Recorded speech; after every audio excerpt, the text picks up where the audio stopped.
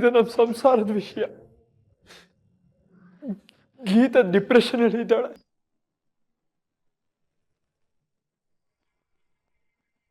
ಹಾಗಂದ್ರೆ ನನಗೆ ಅರ್ಥ ಆಗ್ಲಿಲ್ಲ.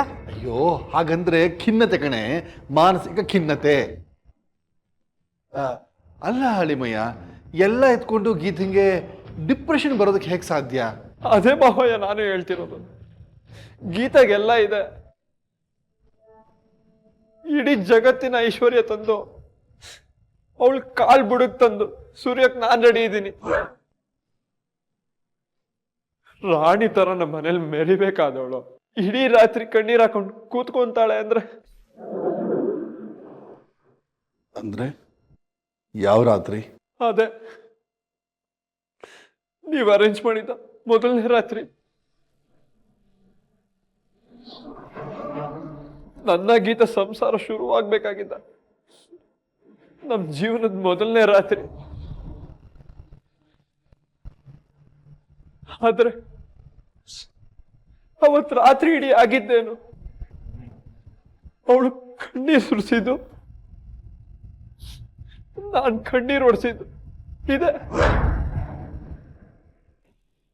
ನಾಚಿಕೆ ಬಿಟ್ಟು ಹೇಳ್ತೀನಿ, ನಮ್ ಫಸ್ಟ್ ನೈಟ್ ಕೂಡ ಆಗಿಲ್ಲ ಬಾವ.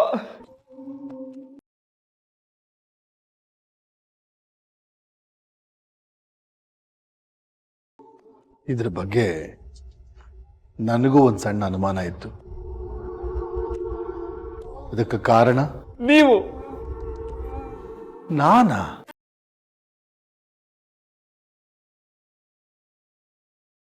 ನನ್ನ ತವರು ನನ್ನ ಒಂದು ಹೆಣ್ಣಾಗಿ ತುಂಬಾ ನಿಂದಿಸ್ಬಿಡ್ತು. ನನ್ನ ಸ್ವಾಭಿಮಾನಕ್ಕೆ ಒಂದು ಚೂರು ಗೌರವ ಕೊಟ್ಟಿಲ್ಲ. 3 ಹೊತ್ತು ಹೆಣ್ಣು ಹೆಣ್ಣು ಹೆಣ್ಣು ಅಂತ ತುಂಬಾ ನಿಂದಿಸ್ಬಿಟ್ರು. ನಿನ್ನಿಂದ ಏನೇನು ಪ್ರಯೋಜನ ಇಲ್ಲ ಅಂತ ಆಡ್ಕೊಂತ ಇದ್ರು ಅಂತ ನೊಂದ್ಕೊಂಡು ಹೇಳ್ತಾ ಇದ್ಲು. ಅಳಿಮಯ್ಯ, ಅದೆಲ್ಲ ಆಗೋಗಿರೋ ಕತೆ.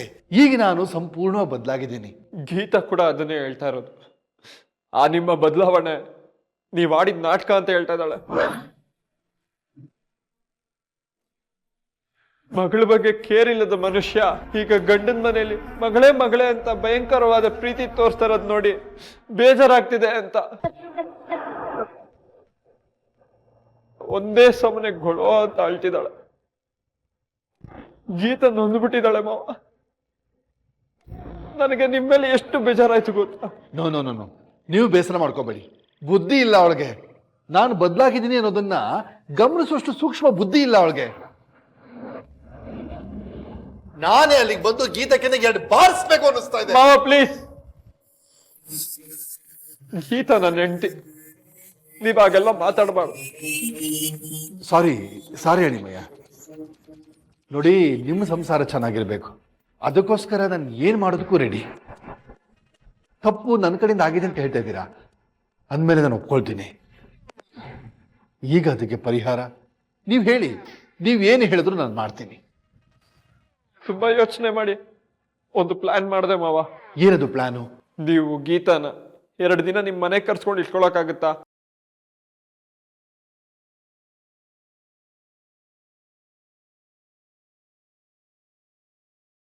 ಬೈದು ಬುದ್ಧಿ ಹೇಳಿ ಕಳಿಸ್ಬೇಕು ಅಷ್ಟೇ ತಾನೇ?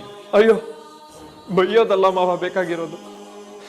ಮಗಳ ಮೇಲೆ ನಿಮ್ಗೆ ಎಷ್ಟು ಪ್ರೀತಿ ಇದೆ ಅಂತ ತೋರಿಸ್ಬೇಕು. ಈ ಮನೆ ಬಿಟ್ಟು ಹೋದ್ಮೇಲೆ ನೀವು ಎಷ್ಟು ಮಿಸ್ ಮಾಡ್ಕೊಂಡ್ರಿ ಅನ್ನೋದನ್ನ ಅರ್ಥ ಮಾಡ್ಸ. ಹೆಣ್ಣು ಅಂದ್ರೆ ನಿಮ್ಗೆ ಎಷ್ಟು ಗೌರವ, ಆ ಗೌರವ ಊಟಕ್ಕೆ ಗೀತಾನೇ ಕಾರಣ ಅಂತ ಹೇಳೋದು.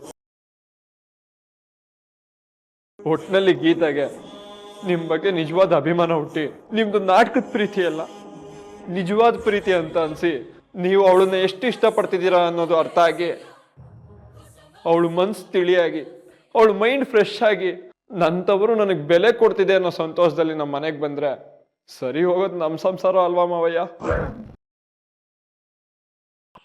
ನೀವ್ ಈ ರೀತಿ ಮಾಡಿದ್ರೆ ಖಂಡಿತ ನನ್ನ ಹೆಂಡತಿ ಗೀತಾ ಸರಿ ಹೋಗ್ತಾಳೆ ಅನ್ನೋ ನಂಬಿಕೆ ನನಗಿದೆ. ದಯವಿಟ್ಟು ನನಗೋಸ್ಕರ ಈ ಕೆಲಸ ಮಾಡ್ಕೊಡ್ತೀರಾ ಪ್ಲೀಸ್?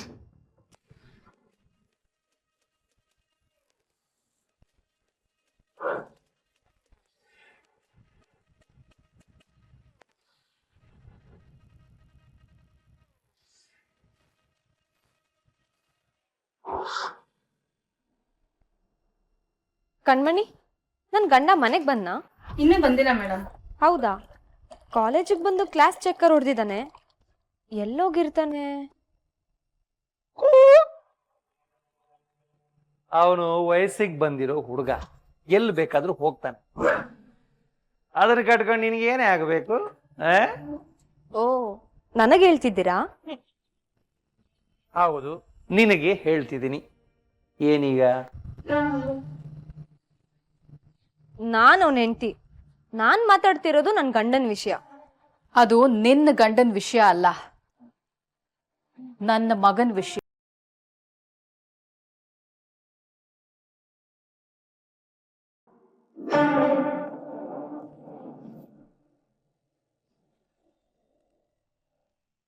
ಅವನ ಬಗ್ಗೆ ವಿಚಾರಿಸೋದಕ್ಕೆ ನಾನಿದ್ದೀನಿ.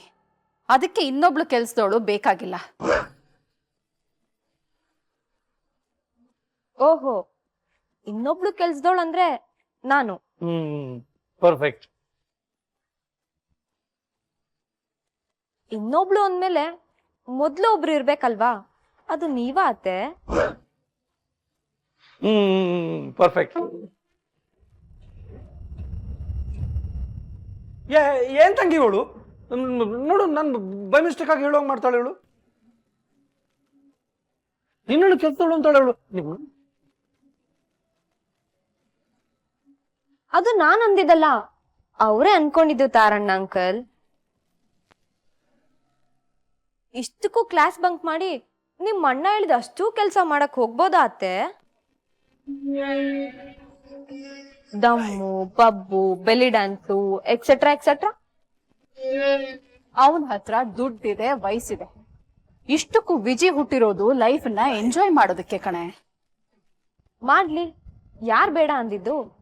ಹಾಗಂತ ಇನ್ನೊಬ್ರು ಲೈಫ್ ಹಾಳು ಮಾಡೋದೇ ಎಂಜಾಯ್ಮೆಂಟ್ ಅನ್ಕೊಂಡ್ರೆ ಹೇಗತ್ತೆ? ನೋಡು, ವಿಜಿ ಏನೇ ಮಾಡಿದ್ರು ಅದಕ್ಕೆ ನನ್ನ ಪರ್ಮಿಷನ್ ಇದೆ. ಅವನಿಗೆ ಹಾಳು ಮಾಡೋ ಬುದ್ಧಿ ಇಲ್ಲ. ಆ ಬುದ್ಧಿ ಬಂದಿರೋದು ನಿನ್ನಿಂದ. ಸೊ ಅವನು ಹಾಳಾಗೋದಕ್ಕೆ ಕಾರಣ ನೀನು. ಪರವಾಗಿಲ್ಲ, ಅವನು ಹಾಳಾದ್ರೂ ಪರವಾಗಿಲ್ಲ, ಆದ್ರೆ ಅವನು ನಿನ್ನನ್ನ ಹಾಳು ಮಾಡಬೇಕು. ನಿನ್ನ ಪ್ರಯತ್ನಗಳೆಲ್ಲ ಹಾಳಾಗ್ಬೇಕು. ಅದನ್ನ ಸಹಿಸ್ಕೊಳಕ್ಕಾಗದೆ ನೀನು ಈ ಮನೆಯಿಂದ ಓಡ್ ಹೋಗ್ಬೇಕು. ಅದು ನನ್ನ ಆಸೆ ಅಷ್ಟೇ. ಆಹಾಹಾ, ಎಂತ ತಾಯಿ ಅತ್ತೆ ನೀವು. ಮಗನ್ ಜೀವನ ಏನಾದ್ರೂ ಪರವಾಗಿಲ್ಲ, ಅವನಿಂದ ನನ್ ಜೀವನ ಹಳ್ಳ ಹಿಡಿಬೇಕಂತ ಬಯಸ್ತಿದ್ದೀರಲ್ಲ, ಸೂಪರ್ ಅತ್ತೆ ನೀವು. ಹೌದು ಕಣೆ, ನನ್ನ ಮಗನ್ ಜೀವನ ಹಾಳಾದ್ರೆ ಅದನ್ನ ಕಟ್ಕೊಡೋದಕ್ಕೆ ನಾನಿದ್ದೀನಿ. ಅದೇ ನಿನ್ನ ಜೀವನ ಹಾಳಾದ್ರೆ ಯಾರು ಕಟ್ಕೊಡ್ತಾರೆ?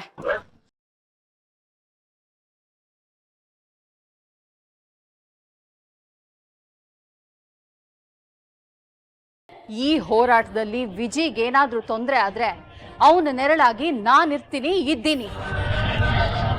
ಅದೇ ನಿನಗೇನಾದ್ರೂ ತೊಂದರೆ ಆದ್ರೆ ಯಾರೇ ದಿಕ್ಕು? ನಾನ್ ಇನ್ನೊಬ್ರು ನಂಬ್ಕೊಂಡ್ ಬದುಕಿಲ್ಲ ಅತ್ತೆ. ನನಗ್ ನಾನಿದ್ದೀನಿ, ನನ್ ಕಾಯೋಕೆ ನನ್ ನಿಯತ್ತಿದೆ. ನಂಗೆ ಬಲ ತುಂಬಕ್ಕೆ ನನ್ ಸ್ವಾಭಿಮಾನ ಇದೆ. ಇದೆಲ್ಲ ನನ್ ಸ್ವಂತದ್ದೇ ಅತ್ತೆ. ಅದನ್ನ ಯಾರು ಕಿತ್ಕೊಳಕ್ಕಾಗಲ್ಲ. ಅದು ನನ್ ಜೊತೆ ಇರೋ ತನಕ. ನೀವ್ ತಿಪ್ಪರ್ಲಾಗ ಹಾಕಿದ್ರು ಏನು ಮಾಡಕ್ಕಾಗಲ್ಲ.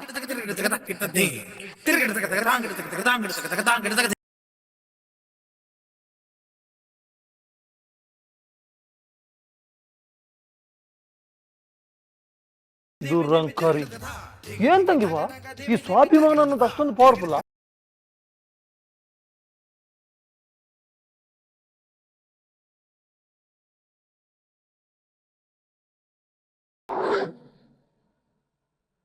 ಪವರ್ಫುಲ್ ಬಿಡು, ಸಿಕ್ಕಾಪಟ್ಟೆ ಪವರ್ಫುಲ್.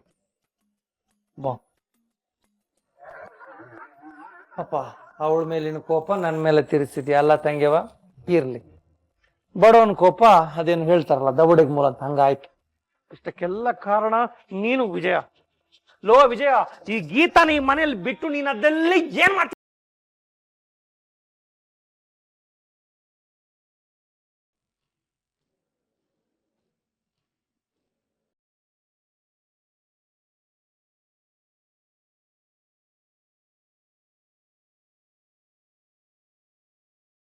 ಅತ್ತೆ ಯಾಕೇನು ಮಾತಾಡ್ತಿಲ್ಲ ಅತ್ತೆ?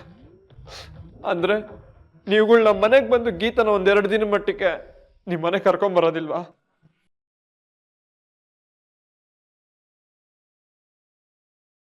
ಮಾವ,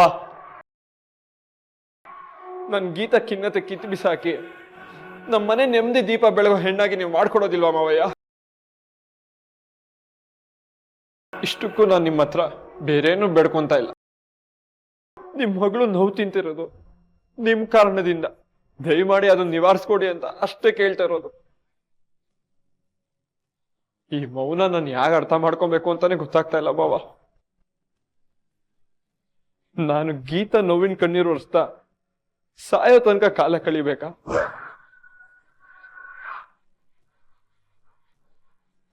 ಗೀತ ಖುಷಿಯಾಗಿರ್ತಾಳೆ ಅಂದ್ರೆ ಅವಳಿಗೋಸ್ಕರ ನಾನು ಏನ್ ಬೇಕಾದ್ರೂ ಮಾಡ್ತೀನಿ ಮಾವ. ಆದ್ರೆ ಗೀತ ಖುಷಿ ಇರೋದು ಇಲ್ಲಿ, ಅವಳ ತವರಲ್ಲಿ. ಇಲ್ಲಿ ಅವಳ ನಡವಳಿಕೆಗೆ ಒಂದು ಬೆಲೆ ಬೇಕಿತ್ತು, ಅದು ಸಿಕ್ಕಿರ್ಲಿಲ್ಲ. ಅದನ್ನ ನೀವು ಕೊಟ್ಟು ನನ್ನ ಸಂಸಾರ ನನಗೆ ಉಳಿಸ್ಕೊಡಿ. ನನ್ನ ಹೆಂಡತಿನ ನನಗೆ ಸರಿ ಮಾಡ್ಕೊಡಿ. ಜೀವನ ಪೂರ್ತಿ ನಿಮ್ ಹೆಸರು ಹೇಳ್ಕೊಂಡ್ ಬದುಕ್ತೀನಿ ಮಾವ.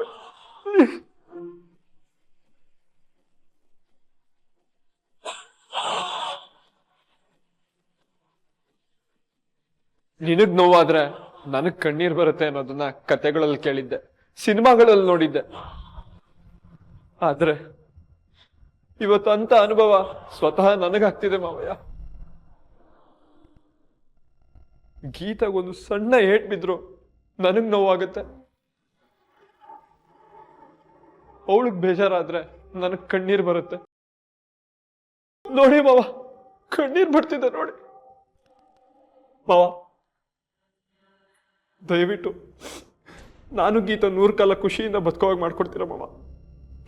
ಅವಳನ್ನ ಒಂದೆರಡು ದಿನಕ್ಕೆ ಈ ಮನೆಗೆ ಕರ್ಕೊಂಡ್ಬರ್ತೀರ ಮಾವ, ಪ್ಲೀಸ್ ಮಾವ.